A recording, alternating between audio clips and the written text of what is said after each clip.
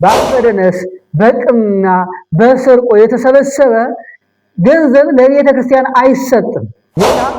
በዕለተ ሐሙስ በህሊናዊ ጸሎት ሐዋርያትን ቀድሶ ያቆረበበት ጸሎት ምን ይባላል ማለት ነው? ቅዳሴ ጊዜ በቅድም መንፈስ ያደገው አንደበት እስከሚለቀው ድረስ ትምህርት እየተማረ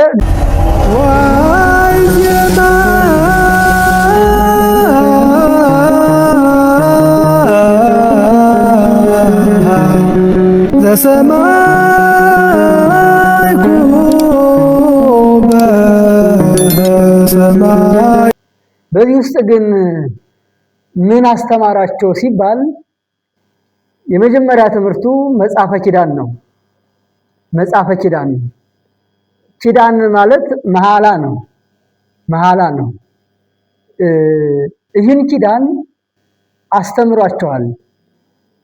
የአዳም የገባው ኪዳን፣ ለአብርሃም የገባው ኪዳን፣ ለነ ዳዊት ለነቢያት ለአበው የገባው ኪዳን የመወለድ ኪዳን ነበረ። አሁን ለሐዋርያት በ40 ቀን ያስተማራቸው ትምህርት ደግሞ የመንግስተ ሰማያት ኪዳን ነው። በመንግስተ ሰማያት እንደምንኖር ነግሮናልና መንግስተ ሰማያት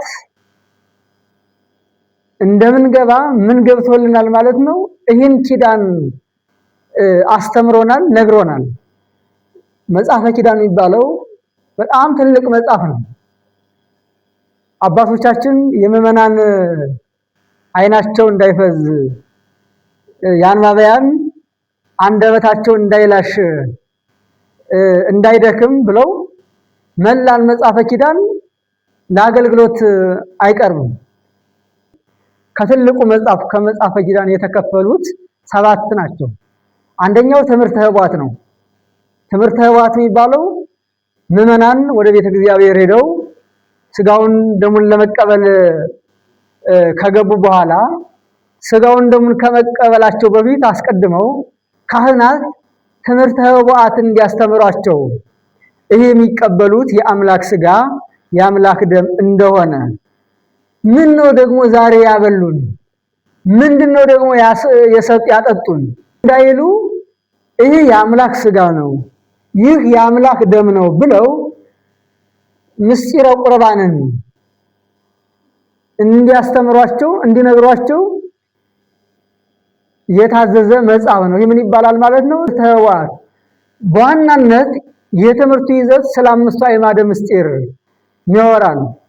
በዋና ይህ ግን አገልግሎት የሚሰጠው ወይም ትምህርት የሚሰጠው አንድ ሰው ትምህርተ ኅቡዓትን ሳይማር የትምህርተ ኅቡዓትን ምስጢር የምስጢረ ቁርባንን ምስጢር በዚህ መጽሐፍ አማካይነት ሳይማር ምስጢረ ስጋው ደሙን ምስጢረ ቁርባንን መቀበል እንደሌለበት ሊቃውንት አስቀምጠዋል ማለት ነው። ቅድስት ቤተክርስቲያናችን ትናገራለች። እና ይህ አገልግሎቱ ማንኛውም ምዕመን ስጋውን ደሙን ከመቀበሉ በፊት ምን ይማራል ማለት ነው? ትምህርተ ኅቡዓት ይማራል። የትምህርተ ኅቡዓትን ምስጢር ትምህርተ ኅቡዓት ማለት ስውር ድብቅ ማለት ነው። ለምዕመናን ኅቡዓት ነው። ስውራን ለሆኑ በክርስቶስ ለተሰወሩ ህቡ ለሆኑ ለምዕመናን ብቻ ለሚሰጥ ነው። ይህ ምስጢረ ስጋው ደግሞ ለምን የሚሰጥ ነው? ክርስቲያኖች ብቻ የሚቀበሉት ነው። ለበቃ ብቻ የሚሰጥ ነው። ያልበቃ ሰው እንኳን ቢቀርብ መልአክ ከአንደበቱ ነጥቆ ለበቃ ሰው ይሰጥበታል። የበቁ ብቻ የሚቀበሉት ነው። የበቁ ብቻ ፍሬ የሚያፈሩበት ነው። የበቁ ብቻ በረከት የሚያገኙበት ነው። ምስጢር ገላጭ ነው ለበቁት ብቻ። ላልበቁት ለኃጢአተኞች ግን ደግሞ ምንድነው? መቅሰፍት ነው፣ ዳይን ነው፣ ፍርድ ነው፣ እሳት ነው፣ የሚባል እሳት ነውና ስለዚህ እንዲማሩበት የተቀመጠው ከኪዳን አንደኛው ክፍል ምንድነው ማለት ነው? ትምህርተ ኅቡዓት ነው።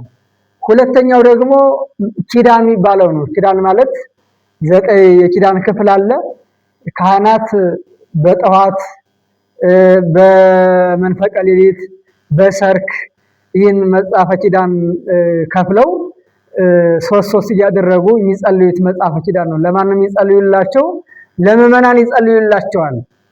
ለምዕመናን ሌሊት ተነስታ ቅድስት ቤተክርስቲያናችን ለማን ትጸልያለች ማለት ነው? ለምዕመናን ትጸልያለች። እና ካህኑ እያንዳንዷ በኦርቶዶክሳዊት ቤተክርስቲያን ኪዳን ሳይደረስባት ምትውል ቤተክርስቲያን የለችም ማለት ነው። ካህን ካለ ሁሉም ቦታ ላይ ምን ይደረሳል ማለት ነው። አንድ ካህን ቢሆን እንኳን ካህናት ኪዳን ሳያደርሱ ወደ ስራ ሄዱም ወይም ቤት እንኳን ሆነው ኪዳን ሳይደግሙ ስራ ይጀምሩ።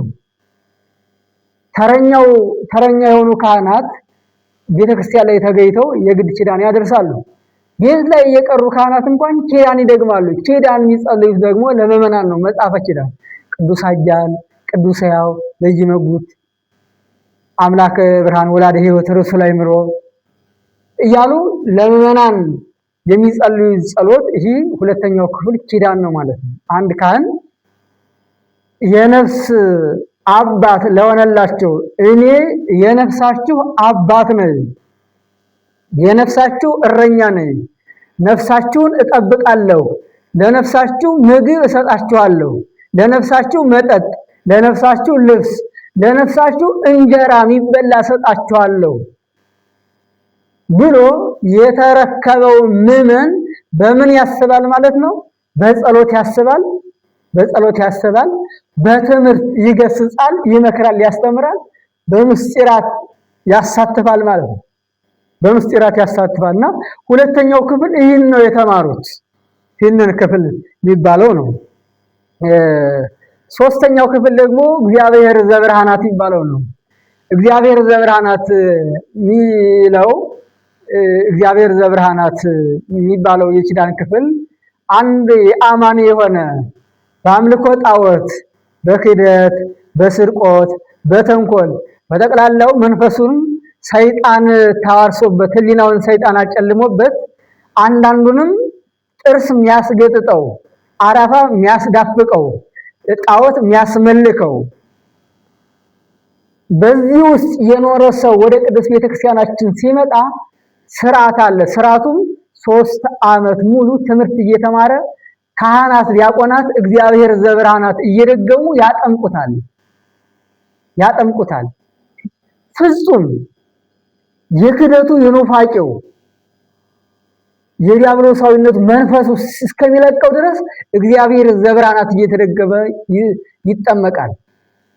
ይህ ሲለቀው መንፈሱ ሲለቀው ኦርቶዶክሳዊት መንፈስ፣ ኦርቶዶክሳዊት ትምህርት፣ ኦርቶዶክሳዊ መዓዛ ክርስቶስ፣ መዓዛ ቤተክርስቲያን ሲዋሃደው ማለት አነጋገሩ፣ አስተሳሰቡ መዓዛ ኦርቶዶክሳዊ መዓዛ ሲኖረው ቅዱስ ጴጥሮስን አነጋገር ያሳውቃል፣ አለባበስ ያሳውቃል እንደሚባሉ ሐዋርያት ሁሉ ተመስሎም ሰባ መጡ ሀቤነ አማልክት ሰው መስለው ወደኛ መጡ እየተባሉ አምላካዊ ስራ መዓዛቸው አምላካዊ መዓዛ የነበራቸው አባቶቻችን እንደነበረ ሁሉ ቤተክርስቲያናዊ መዓዛ እስከሚኖረው ድረስ አነጋገሩ በካህዲያን አነጋገር፣ በካህዲያን ስድብ፣ በመንፈስ ጽርፈት ወይም በስድብ መንፈስ ያደገው አንደበት እስከሚለቀው ድረስ ትምህርት እየተማረ እግዚአብሔር ዘብርሃናት እየተደገመ ይጸለይለታል። እግዚአብሔር ዘብርሃናት እያለ የምናገረው ነው። አራተኛው በእንተ ቅድሳት ነው። በእንተ ቅድሳት በእንተ እያለ ይሄን ነው። ይሄ ማለት ከነገስታት እስከ ተራሹም፣ ከሊቀ ጳጳስ እስከ አናጉንስጢስ፣ እስከ አምባዊ፣ እስከ ምዕመን እያንዳንዱን ነጋዴው ንግዱን፣ ገበሬው ምርቱን፣ ስለ ነፋሳት፣ ስለ አብህርት፣ ስለ መሬት፣ ስለ እያንዳንዱ ስለ ስራችን የምናስባርክበት ነው። በባህር የሚነግዱ ማዕበል ሞገድ ተነስቶ እንትናቸውን እንዳይገለብጥባቸው፣ እንዳያጠፋባቸው የሚያርሱ የሚቆፍሩ፣ እነዚህ ሁሉ ስራቸው የሚባርክ ነው። ካህናት የሚያስተምሩት ትምህርት ከምዕመናን ልቦና እንዲደርስ፣ ዲያቆናት አገልግሎታቸው ተልኳቸው በተልኳቸው ፍሬ እንዲያፈሩ ቅድመ እግዚአብሔር እንዲደርስ ሩጫቸው፣ ዲያቆናት ስራቸው መለላክ ነው። የመላእክት ስራ ነው የሚሰሩት። የተልኳቸው ስራ ፍሬ እንዲያፈራ፣ ጳጳሳት የጵጵስናቸው ስራ ፍሬ እንዲያፈራ፣ ነገስታት የንግስናቸው ስራ በእግዚአብሔር ፊት ፍሬ እንዲያፈራ፣ የቅድስና ፍሬ እንዲያሰጣቸው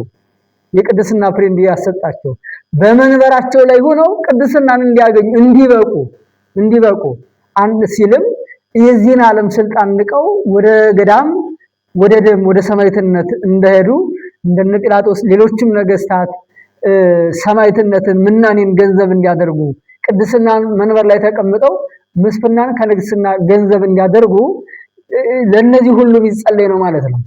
ምዕመናን አስራት በኩራታቸውን አውጥተው ስጋውን ደሙ ተቀብለው እንዲጸድቁ ከአስራት በኩራታቸው ደግሞ ምን እንዲሆን ከወዛቸው እንዲሰጡ ቤተክርስቲያን የሚመጣው ምንድነው? ቃየላዊ መስዋዕት እንዳይሆንባቸው ማለት በአስበደነስ በቅምና በሰርቆ የተሰበሰበ ገንዘብ ለቤተ ክርስቲያን አይሰጥም። ይህ ቃየላዊ መስዋዕት ነው። ለነዳያን የሚመጸወተው ምጽዋት ምንድነው ማለት ነው?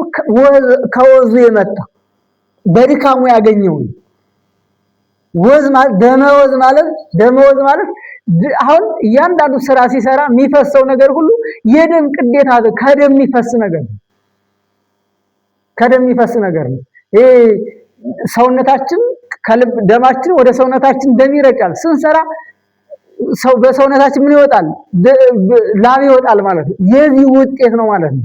ምዕመናን የደሞዛቸውን ዋጋ የአስራት በኩራታቸውን ዋጋ የጾማቸውን የጸሎታቸውን ዋጋ እንዲያገኙ ዲያቆኑ ወይም ካህኑ ዲያቆኑ የሚጸልየው ጸሎት ነው። በዚህ ጊዜ እኛም ወድቀን አሜን ኪርያ ላይሶን እግዚኦ ተሳለነ አቤቱ ይቅር በለን እያለ በቅዳሴው መካከል እንጸልያለን። በእንተ ቅድሳት የሚለው ጸሎት ማለት ነው።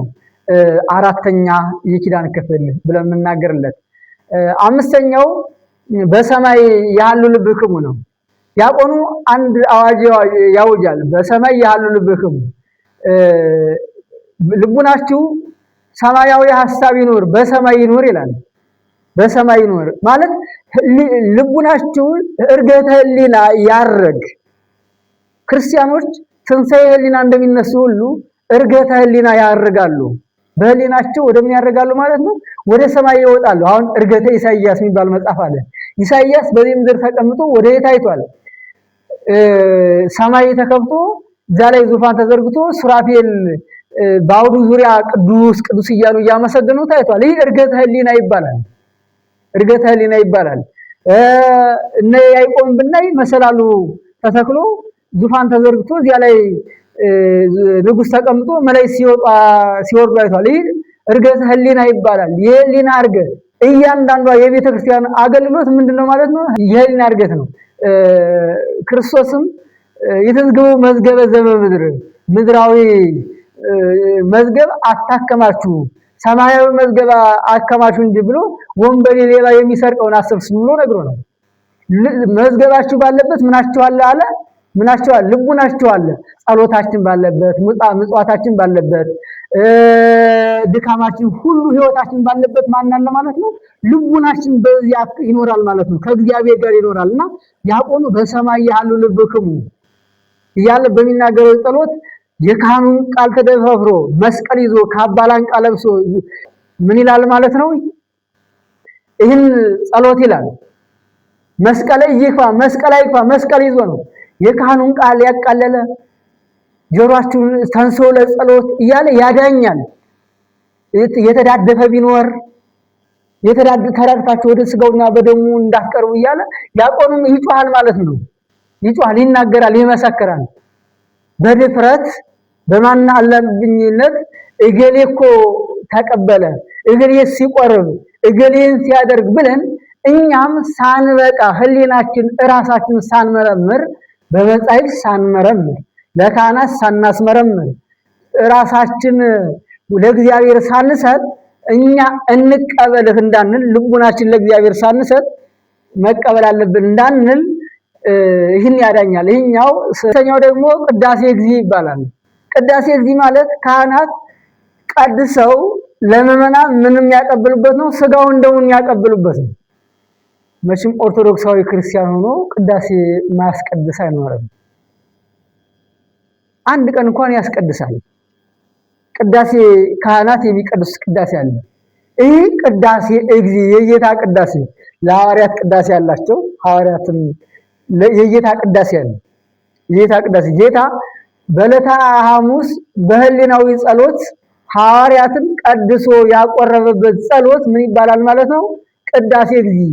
በዕለተ ሐሙስ የጸሎት ሐሙስ ዕለት ይህን ቅዳሴ ሐዋርያትን በህሊና ጸሎት ምን ቀድሶ ምን ብሏቸዋል?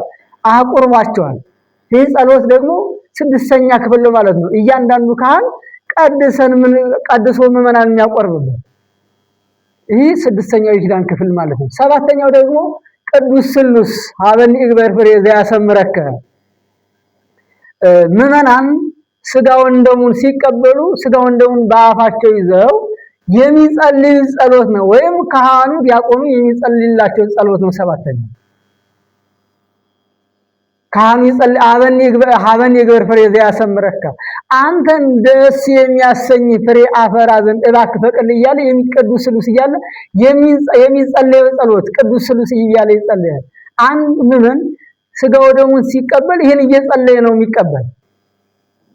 ማያውቅ ቢሆን እንኳን ምን ይጸልይለታል ማለት ነው። ይሄ ጸሎት ይጸልይለታል።